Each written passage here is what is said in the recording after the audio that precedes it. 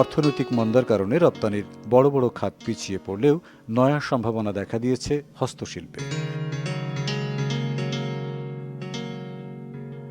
দেশের অন্যান্য রপ্তানি পণ্যের আয় কমে গেলেও বাড়ছে হস্তশিল্পের আয়।